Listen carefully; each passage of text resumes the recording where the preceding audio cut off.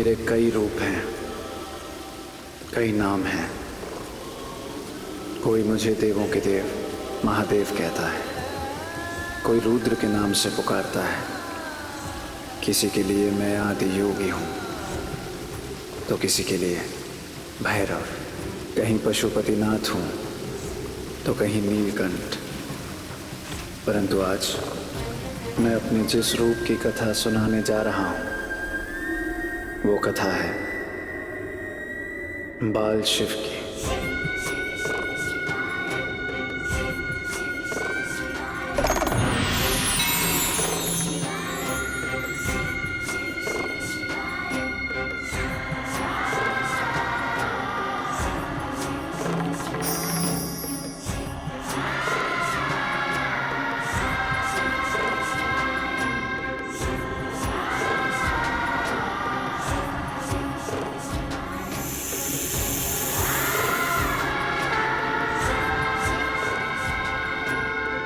ये सजन्मे शिव का बालपन एक ऐसी पहेली है जिसे सुलझाते हुए मुझे भी एक परीक्षा से गुजरना पड़ा था।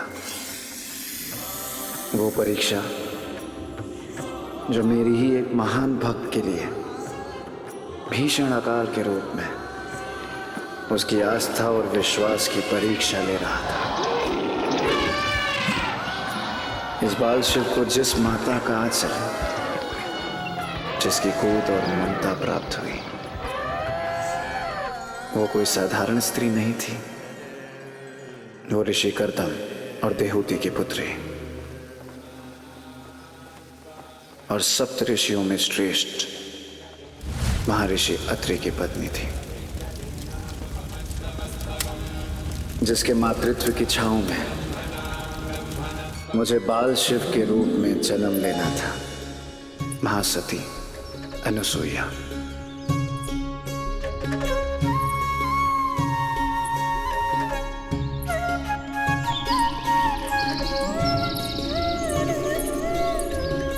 चाविद्याम च यस्त आचार्य, ये मुझे दे दीजिए। कुलपति महोदया को मेरा सादर प्रणाम।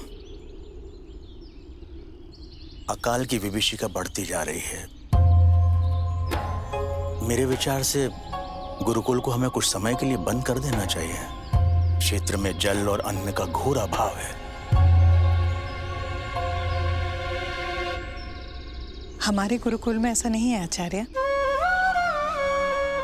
गुरुकुल बंद नहीं होगा।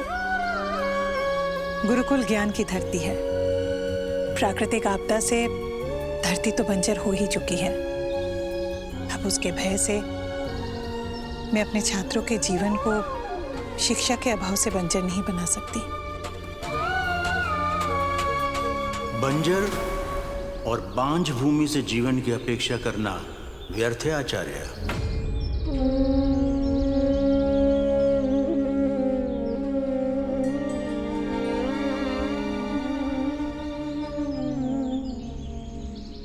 भूमि को दोष देना भी तो न्याय संगत नहीं है आचार्य।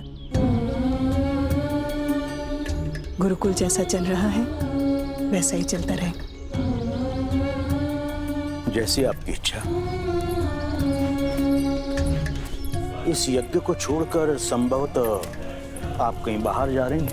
गुरु माता अकल से शीघ्र मुक्ति पाने के लिए शिव का तप करने जा रही है आचार्य।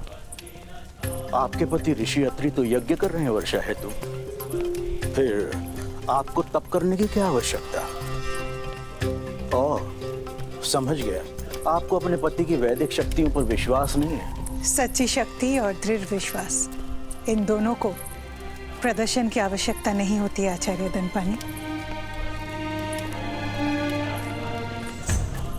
फिर इस यज्ञ से आपका अनुपस्थित होना क्या उचित है आचार्य? पति के शुभ फलदायी कर्मों में सहयोग एवं पत्नी दायित्व के पालन हेतु यही उचित है और अनिवार्य भी। और मुझे तो पूर्ण विश्वास है कि मेरे शिव इस आपदा को दूर करने में मेरी सहायता अवश्य करेंगे।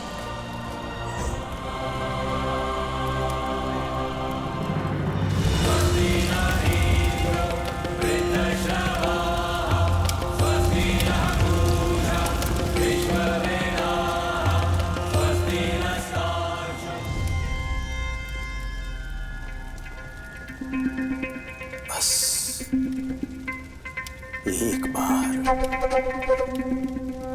बार मैं इस गुरुकुल का कुलपति बन जाऊं, फिर देखना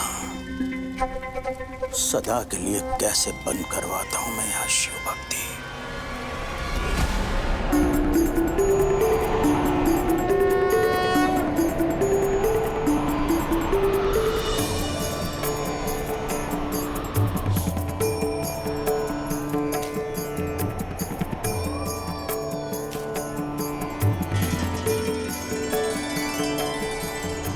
ओम नमः शिवाय।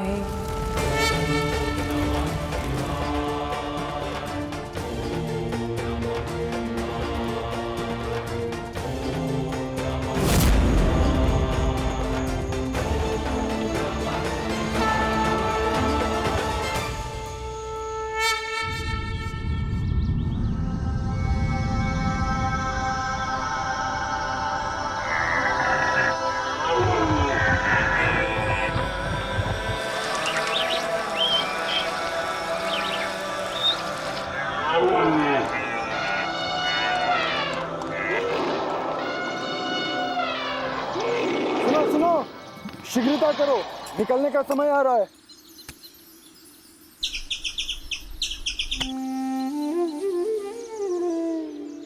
समझ गया मैं तुम्हारे मन की बात। तुम्हें अपने बेलपत्र को महादेव के चरणों में सबसे पहले रखना है, क्यों? चलो चलो, सूर्योदय का समय हो चला है, शीघ्रता करो। पक्षियों, माता पार्वती के प्रिय फूल तुमने एकत्रित कर लिया है ना? अद्भुत, अति सुंदर। माता प्रसन्न हो जाएंगी। नंदी, तुम सबको केवल माता पार्वती की चिंता लगी रहती है। हमारे प्रभु भोलेनाथ की प्रसन्नता की तनिक भी चिंता नहीं रहती। आप जो है महादेव की चिंता के लिए ऋषि भृंगी। हाँ, वो तो मैं हूं ही। तभी देखो ना, इन धतूरे के कांटों की चुभन को झेलता हूं। ऋषि भृंगी, आपकी बातों से तो ऐसा बोध होता है कि आप महादेव को तो अपनाना चाहते हैं, परंतु उनके इन प्रिय धतूरे के कांटों को नहीं अपनाना चाहते। क्या ये प्रिय नहीं है आपको? तुम्हारे कहने का तात्पर्य क्या है नंदी? कहने का तात्पर्य यही है कि उनके समान इन्हें भी अपना कर देखिए। चुभेंगे नहीं, आभूषण के सुख देंगे। अच्छा चलिए, अब चलते हैं, चलो।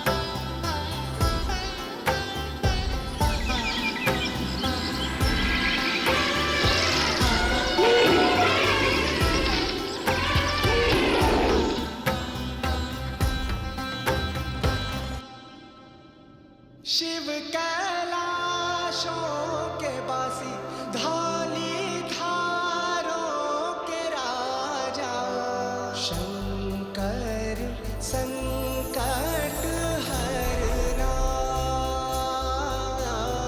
शंकर संकट हरना हो शिव कैलाशों के वासी धौली धारों के राजा शंकर संकट हरना शंकर संकट हरना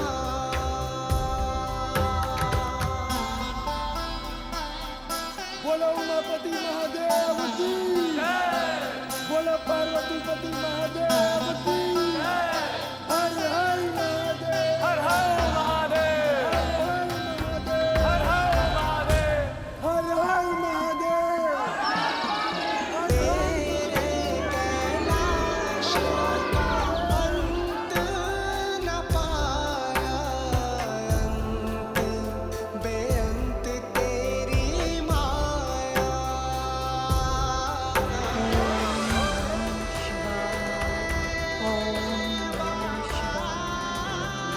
ओम नमः शिवाय। ओम नमः शिवाय।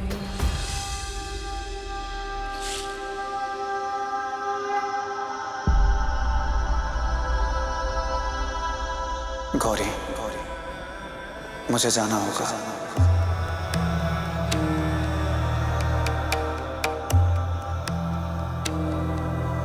हर हर महादेव हर हर महादेव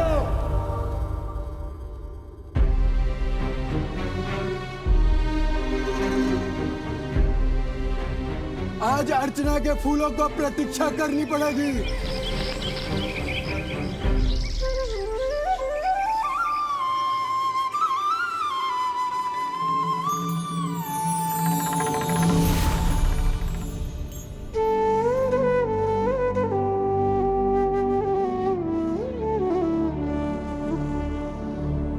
ओम नमः शिवाय। ओम नमः शिवाय।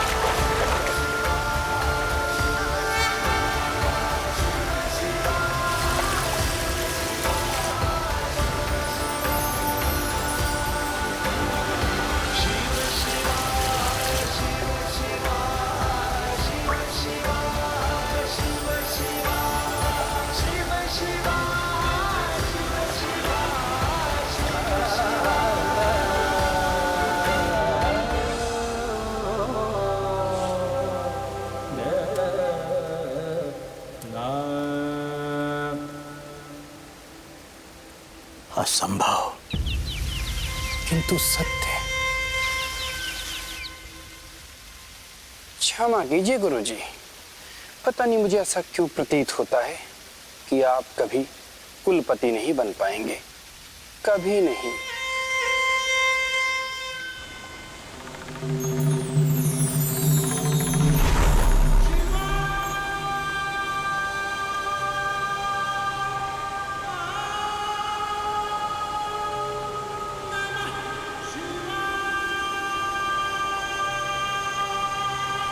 तो अंततः मेरी पुकार सुनकर आप आ ही गए प्रभु। मैं तो यही हूं, स्थायी भाव में, अनादिकाल से। जाने की आतुरता और आने की अधीरता से मुक्त, सृष्टि के कण कण में उपस्थित हूं, सर्वत्र हूं। कभी कहीं गया ही नहीं तो आने का प्रश्न कहां।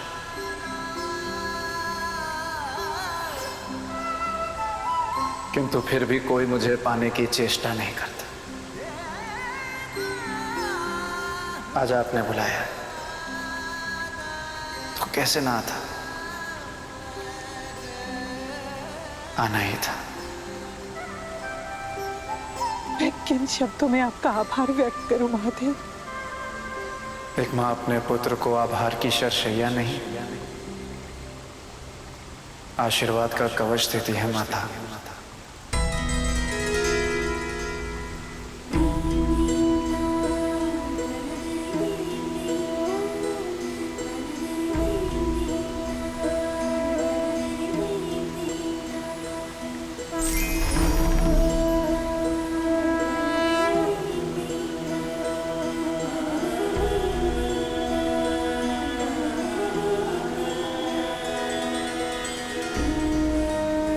देखो देखो, मेरी गुरु माता का तप फलित हो गया।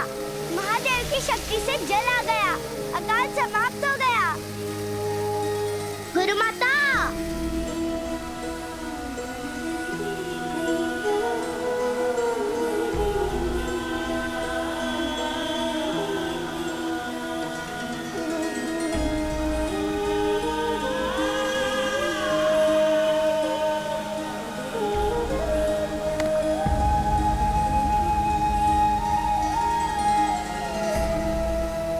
देवी, महादेव ने मुझे मां कहकर संबोधित किया।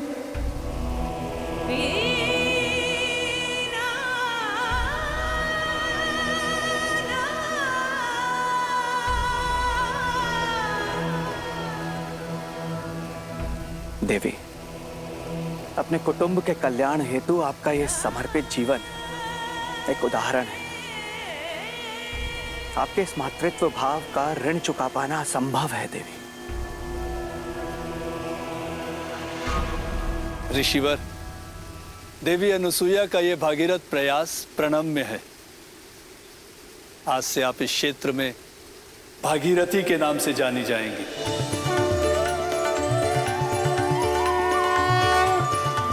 आचार्य, आज का दिन अत्यंत शुभ है, इसलिए मेरे मन में एक विचार आया है कि क्यों ना मैं भी आज ही अपने घर एक शुभ कार्य करूं। कैसा शुभ कार्य सुलोचना? बड़ी पुत्री कलावती की गोद भराई। ये तो अति उत्तम विचार है सुलोचना। पुत्री हो या धरा, दोनों में कोई अंतर नहीं। तुम जाओ, जाकर गोद भराई की तैयारी शुरू कर। किंतु गोद भराई की रस्म का शुभारंभ आप ही के हाथों होगा आचार्य।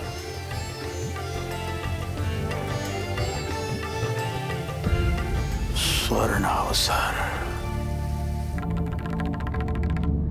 ये लो, जल पी लो। मुझे नहीं पीना, मुझे प्यास नहीं है। जया, तुम समझी नहीं। उमा का क्रोध बिल्कुल उचित है।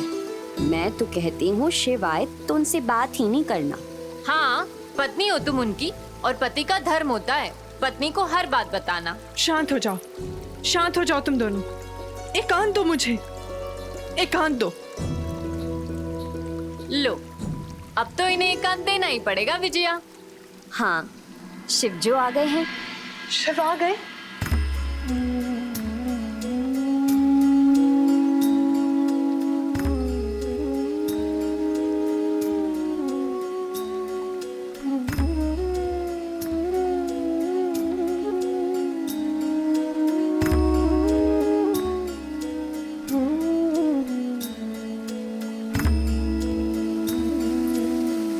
उमा के लिए जल।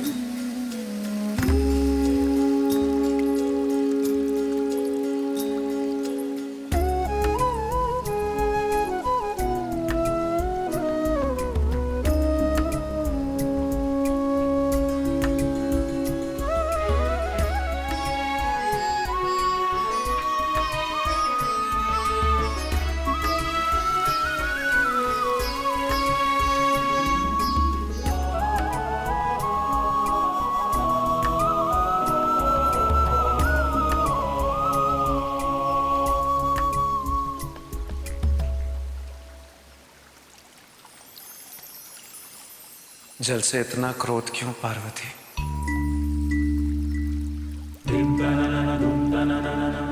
जल जीवन की धारा है पार्वती, और धारा सूख जाए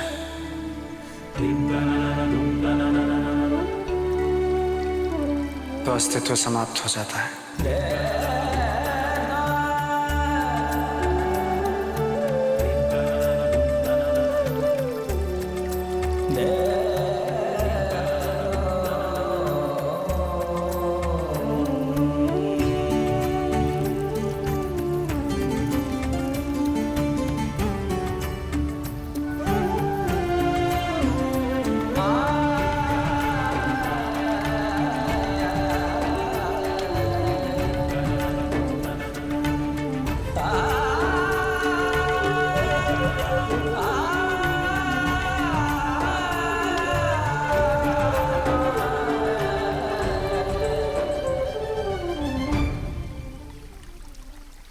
जैसे आप मेरी धारा।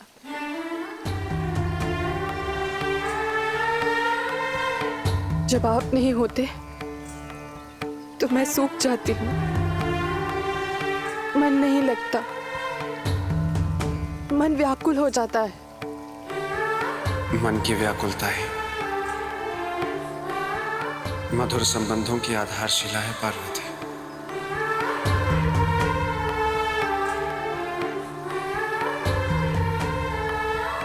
जिन संबंधों में मन की व्याकुलता ना हो, वो संबंध आडंबर है, निरर्थक है।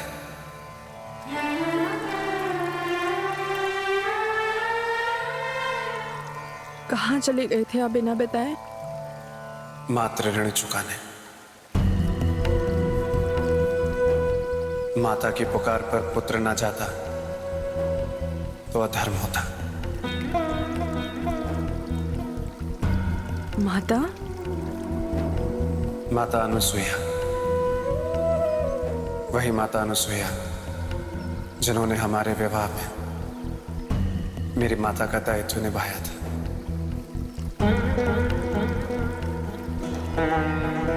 देवी अनुसुईया के कठिन तप के कारण जल का अभाव समाप्त हुआ है। मैं उन्हें और ऋषि अत्रि को आप सबकी ओर से प्रणाम करता हूँ। आइए गोद भराई की रस्म आरंभ करते हैं।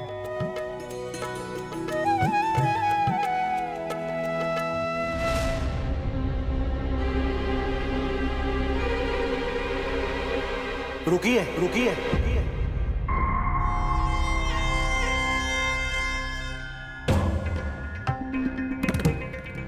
रुकिए आचार्य, संभवतः भावातिरेक में आप भूल गई हैं आचार्य।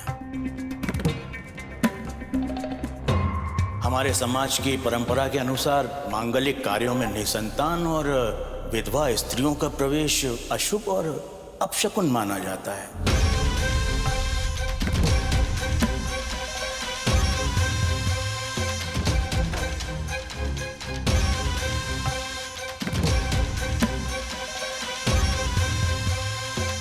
आप एक प्रतिष्ठित गुरुकुल की विदुषी कुलपति हैं आचार्य। समाज की परंपरा को खंडित करना आपको शोभा नहीं देता, प्रतिकूल संदेश जाएगा समाज में। गुरु जी ने क्या दांव खेला है, चारों खाने चित। आचार्य दंडपानी, जब इस बंजर धरा को देवी अनुसुईया ने हरा भरा किया तब परंपरा नहीं थी, और अब इस गोद भराई रस्म में वो अशुभ हो गई हैं।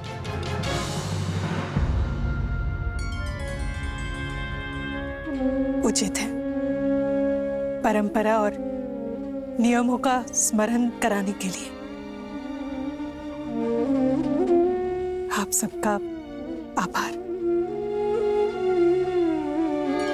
गुरुकुल के अनुशासन और नियमों का पालन करना, चाहे कोई भी परिस्थिति क्यों ना हो, हर व्यक्ति का धर्म है।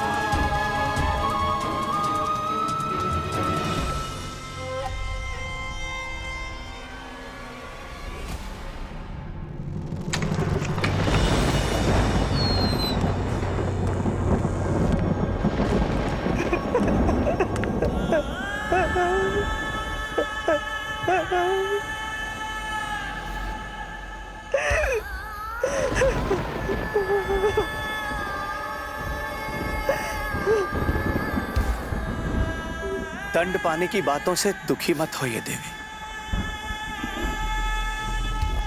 नियंत्रित कीजिए स्वयं को। पंच तत्व की बनी हूँ ऋषिवर, निष्प्राण नहीं।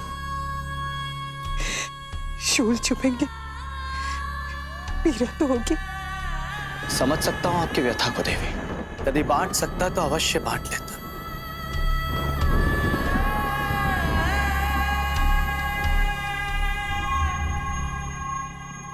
नहीं ऋषिवर, एक बांझ की व्यथा को कोई नहीं बांट सकता। इस समाज में बांझ होना एक बहुत बड़ा अभिशाप है और उसके दंश से उसे कोई नहीं बचा सकता। न सतीत्व, न शक्ति, न योग्यता, न पद, न प्रतिष्ठा, कुछ नहीं।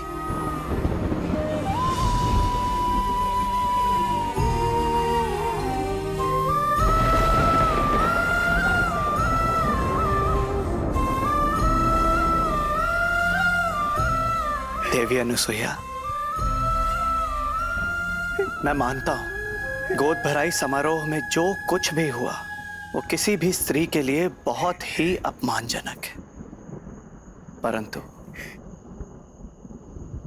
स्वयं महादेव ने आपको मां कहकर पुकारा है।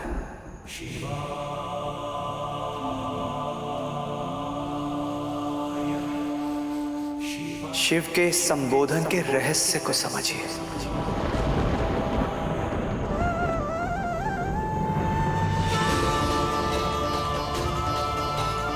ये एक शुभ संकेत है देवी।